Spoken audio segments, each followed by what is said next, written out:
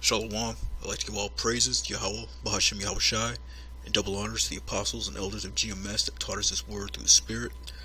I just wanted to do a video on how our past and how we were once strong, valiant men, warriors, the house of David, as mighty men, our armies and whatnot, the wars that we used to fight, and how at one time we were strong, mighty men.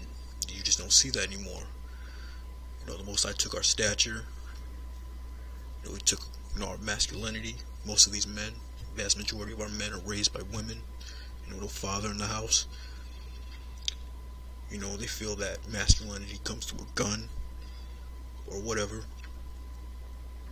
But there was once a time when we was warriors, valiant, feared, respected among the nations. And here's just one example. It's the book of 2 Samuel 23 and 8, chronicling the King David's 37 mighty men. And these be the names of the mighty men whom David had. The Tachmonite that sat in the seat, chief among the captains. The same was Dino, the Iznite, or the Iznite. He lift up his spear against 800, whom he slew at one time. Man, how can you even picture that? It's been 800 men with one spear, killed them all at one time, man. One man, one spear, 800 of the enemies, killed them all. And after him was Eleazar, the son of Dido, the Ahorite, one of the three mighty men with David, when they had defiled the Philistines that were gathered together to battle, and the men of Israel were gone away.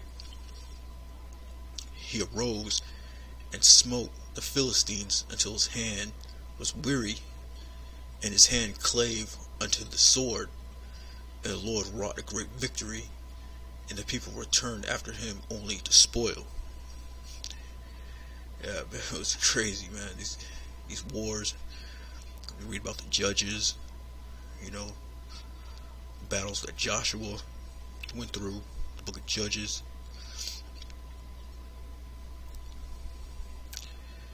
Let's see, we jump down to verse 20. And Benaniah, the son of Jehoiada, the son of a valiant man of Kabzeel, who had done many acts. He slew 2 lion-like men of Moab, and went down also and slew a lion in the midst of a pit in the time of the snow. So he killed 2 lion-like men of Moab, because even Moab was bigger back then. It slew a lion, man. It killed a lion.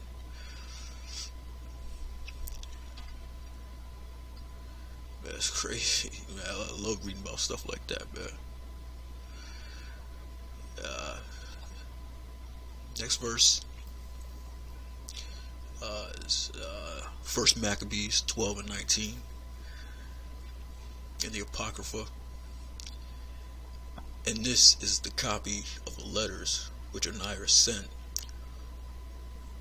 Arius, king of the Lacedaemonians, to Onias the high priest. Greeting.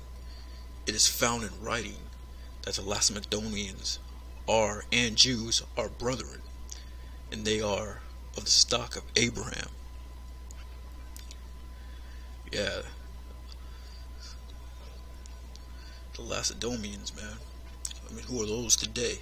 They're also known as the Spartans. So from BibleHistory.com, Sparta, Spartans in the Bible Encyclopedia. The Lacedaemonians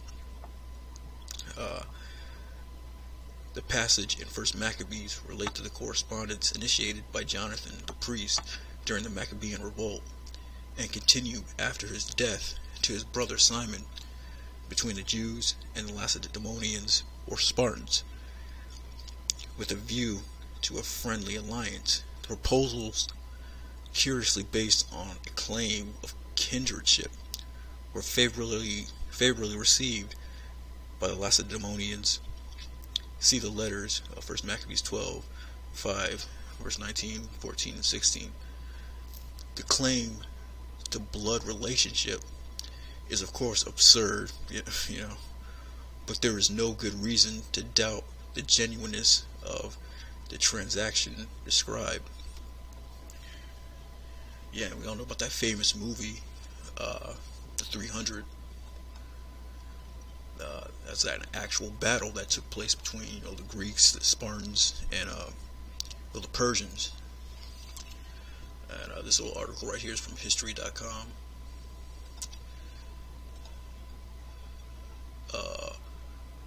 Battle of Thermopylae. Under Xerxes I, the Persian army moved south through Greece on the eastern coast, accompanied by the Persian navy moving parallel to the shore to reach its destination at Attica, the region controlled by the city-state of Athens. The Persians needed to go through the coastal pass of Thermopylae, or the Hot Gates, so known because of nearby sulfur springs. In the late summer of 480 BC, Leonidas led an army of 6,000 to 7,000 Greeks from many city-states, including 300 Spartans, in an attempt to prevent the Persians from passing through Thermopylae. Yeah, so that was an actual event that took place, but this guy named Frank Miller actually wrote a graphic novel, and that's what the actual movie was based off, that graphic novel. And if you look at the images from that graphic novel, you can see he clearly made, Negroid and Latino looking men in that graphic novel. Like that prominent nose right there. And you have this guy right here. So they know the truth, That graphic novel, they all look like, Negroes and Latinos in that comic book. But when you went to go see the movie, it was all white. It was all Edomites in that movie.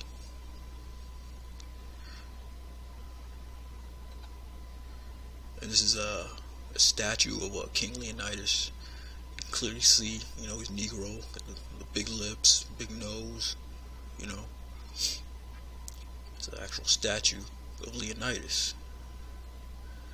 So I don't know what this is talking about. It's absurd, But, that's history, man. That's our history. This is who we were, these warriors. And we're going to go back to that, Lord willing. The men of the Lord are going to go back to this state. This is the book of Isaiah 59 and 19.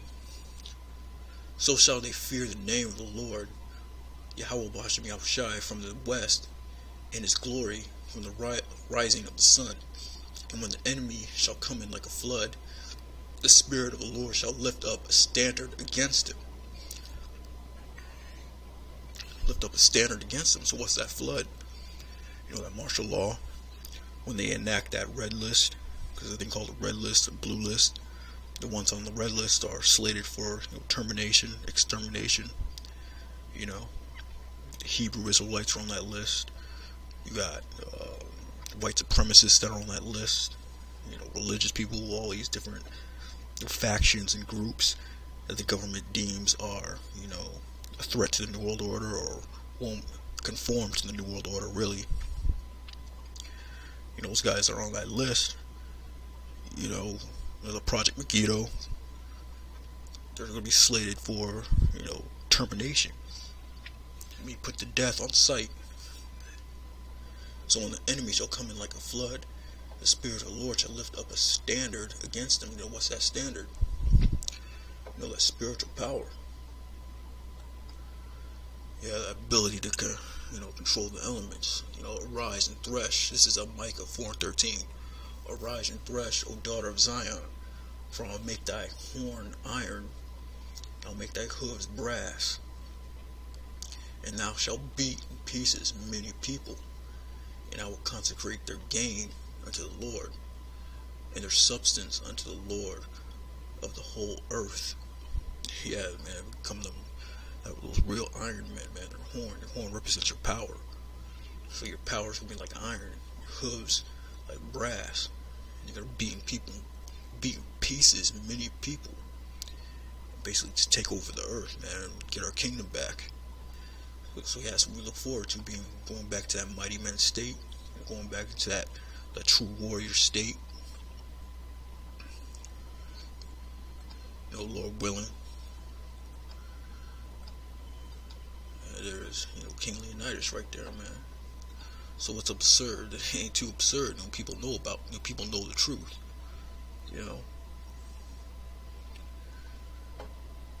So with that, shalom.